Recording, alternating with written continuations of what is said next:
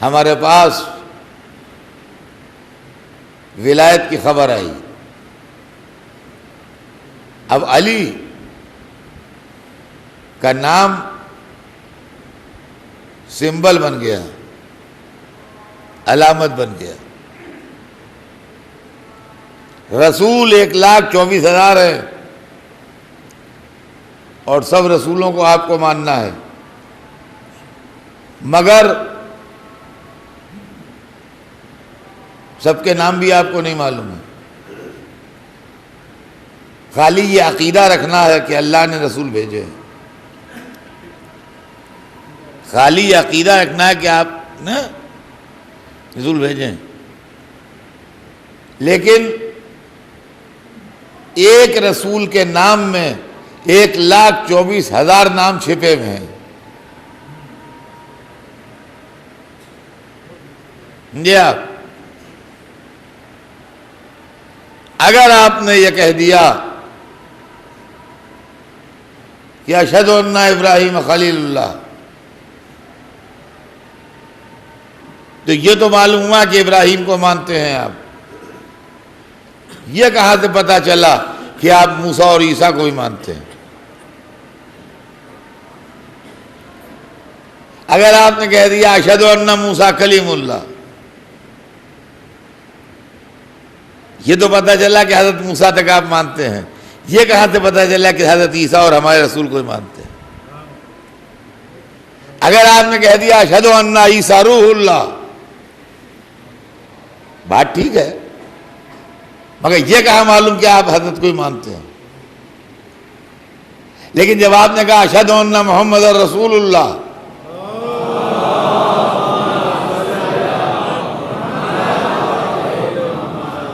دیکھیے ایک کو شروع میں لگایا، ایک کو آخر میں لگایا، نام محمد آخر میں آیا. جب کہا اشہد ان محمد رسول اللہ، تو اس کا مطلب یہ ہے کہ آدم سے لے کے محمد تک سب کو مان لیا. اب یہاں کے اوپر رسول کے زمانے میں کلمہ پڑھنا تھا، لہذا آخر کا نام نہیں لیا گیا، پہلے کے نام کو شرط بنا دیا گیا. اشہد ان علی ولی اللہ، علی کہا اور پورے سلسلہ ولایت کے اوپر اقرار ہو گیا. صلوات بھیج دیں محمد.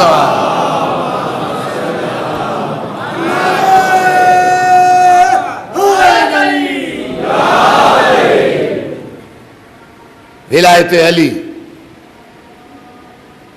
تو علی کی ولایت اور علی کے معصوم اولاد کی ولایت، کہ جن کے ذریعے سے اسلام بچایا جائے گا اور جن کے ذریعے سے اسلام پہچانا جائے گا، اور جن کے سامنے جب سائل آئیں گے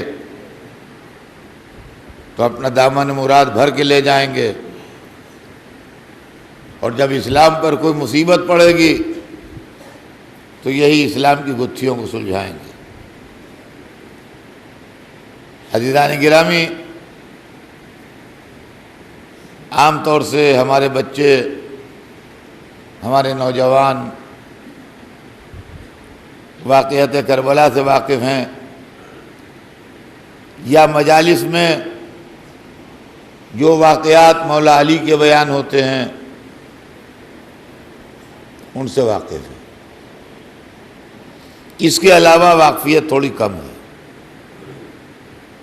اور ہمارے بچوں کو اپنی پوری تاریخ سے واقف ہونا چاہیے. ہمارے نوجوانوں کو اپنے ہر امام کے کارناموں سے واقف ہونا چاہیے، اس لیے کہ یہ سلسلہ ولایت علی کی ذات پر تمام نہیں ہوا، بلکہ آج آخری ولی حجاب غیبت میں ہے.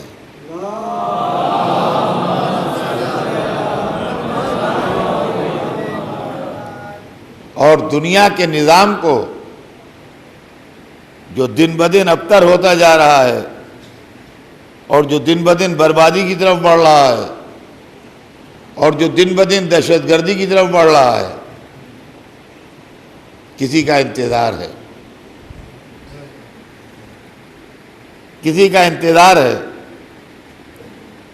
آپ یقین مانیے کہ ہمارے دیکھتے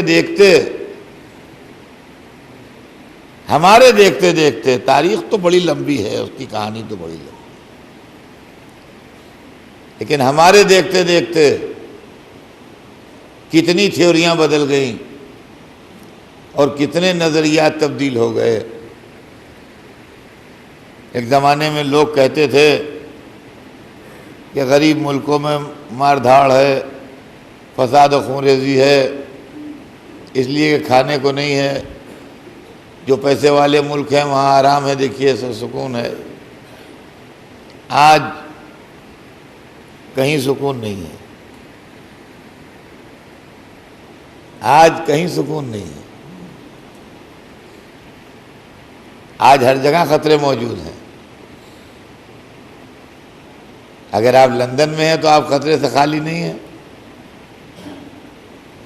اگر آپ امریکہ میں ہیں تو آپ خطرے سے خالی نہیں ہیں۔ آج کوئی ٹھکانہ ایسا نہیں ہے کہ آپ کہیے کہ ہم کھٹمنڈو میں ہیں اس لیے خطرہ ہے، نہیں، نیو یارک میں ہے جب بھی خطرہ ہے، لندن میں ہے جب بھی خطرہ ہے، ٹورانٹو میں ہے جب بھی خطرہ ہے، ہر جگہ خطرہ ہے۔ تو خطرے کا پھیلاؤ بڑھ گیا۔ ابھی تک چھوٹے موٹے ملک اپنی طاقت کے اوپر مقابلہ کرتے تھے، دہشت گردی کا، اس کا اس کا۔ اب سپر پاورز مقابلہ کر رہے ہیں، دہشت گردی کنٹرول نہیں ہو رہی ہے، حالات قابو میں نہیں آ رہے ہیں۔ عزیزان گرامی، یہ چیزیں دنیا کو مضطرب کر رہی ہوں، ہمارے ایمان میں اضافہ کر رہی ہیں۔ یہ عقیدہ ولایت جو ہے یہ ہمیں سنبھالے ہوئے ہے، اس لیے کہ عالم اسلام میں سارے کام ہو چکے، عقیدہ اسلام کے مطابق سارے رسول آ چکے، اب کوئی رسول آئے گا نہیں۔ عام مسلمانوں کے عقیدے کے مطابق چاروں خلفائے راشدین گزر چکے، اب کوئی نیا گزرے گا نہیں۔ چاروں علماء جنہوں نے فقہ اسلامی مرتب کی وہ آ کے جا چکے، اب کوئی آنے والا نہیں ہے۔ ساری صحیح کتابیں کمپائل ہو چکی، اب کوئی نئی کتاب کمپائل ہونے والی نہیں ہے۔ تو اب یہ جس دھارے پر کشتی جا رہی ہے اس کا اینڈ کیا ہوگا، کبھی سوچا آپ نے؟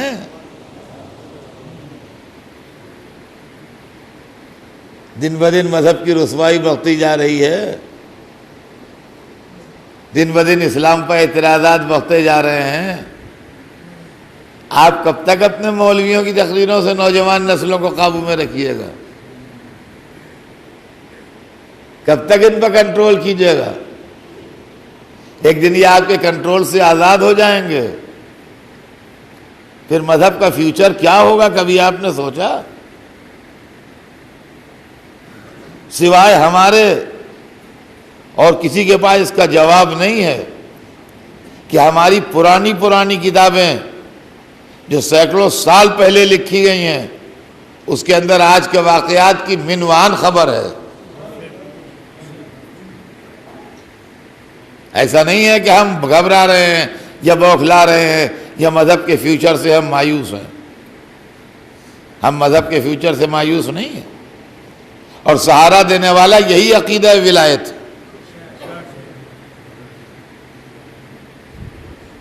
یہی عقیدہ ولایت ہے عزیزان گرامی، اس کے علاوہ کچھ نہیں ہے۔ اور یہ بھی آپ سمجھ لیجئے کہ یہ جو موضوع پڑھا جاتا ہے ولایت اور ذکر اہل بیت، فضائل اہل بیت، یہ نہایت ضروری موضوع ہے، اور آپ کسی ناسمجھ کے کہنے میں اور بہکاوے میں نہ آ جائیے گا، یہ سوچ کے کہ اس کی کیا ضرورت ہے اور یہ تو ہمارا سنا ہوا ہے اور یہ تو بہت پرانا موضوع ہو گیا ہے اور اس کے اندر تجدید ہونا چاہیے. نہیں، سب چیزیں پرانی ہی فائدہ مند ہیں. قرآن بھی 1400 برس پرانا ہے.